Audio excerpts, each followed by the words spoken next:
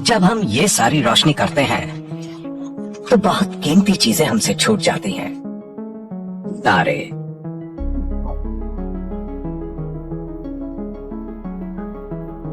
बहुत अरसा पहले जब रोशनी के लिए सिर्फ आग इस्तेमाल होती थी, तब तारों के साथ हमारा रिश्ता काफी करीबी था।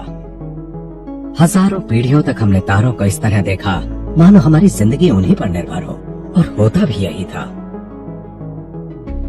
हम इंसान न तो उन जानवरों से बड़े थे, न ताकतवर और न तेज जिनसे हमारा मुकाबला था, मगर एक चीज हमारे हक में थी, हमारी दिमागी ताकत। और उसी की एक खूबी थी पैटर्न पहचानने की काबिलियत।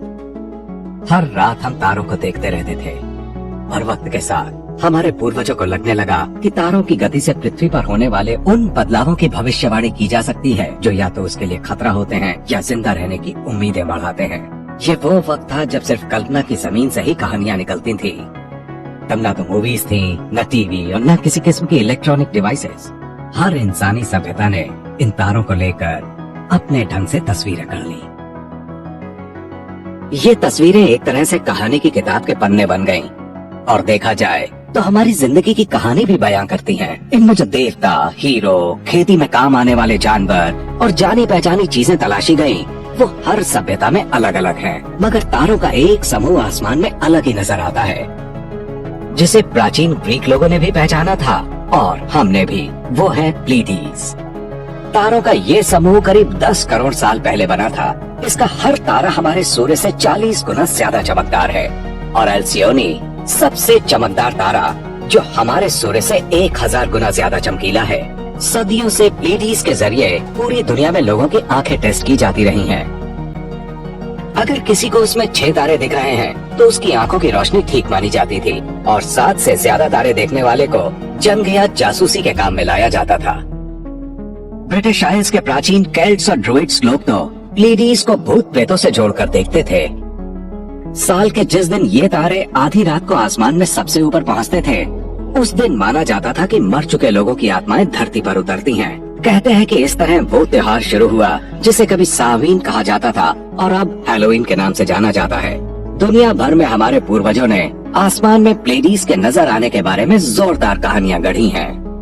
उत्तर अमेरिका के कायवा लोगों के मुताबिक इसकी वजह कुछ इस तरह से है। बहुत अरसा पहले कुछ लड़कियां तारों की छाव में मस्ती से नाचने के लिए अपने रहने की जगह से चुपचाप वहां पहुंच गईं।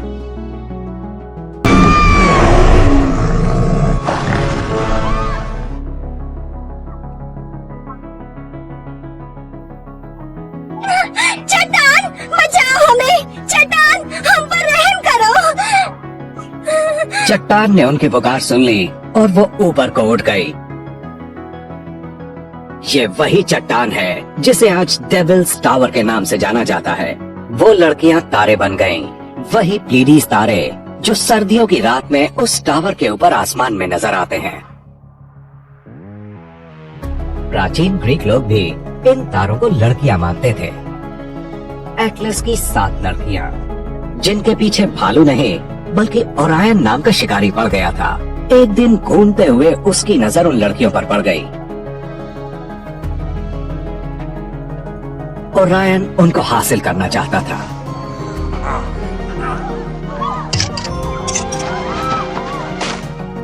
सात सालों तक उसने लगातार उनका पीछा किया। जब लड़कियां थक गईं, हमारी मदद करो! तो उन्होंने जूस से मदद की गुहार लगाई। देवताओं के राजा जूस को उन पर तरस आ गया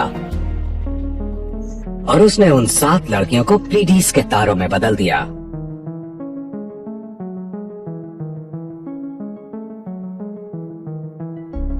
मगर देवताओं के दिमाग का भी क्या ठिकाना।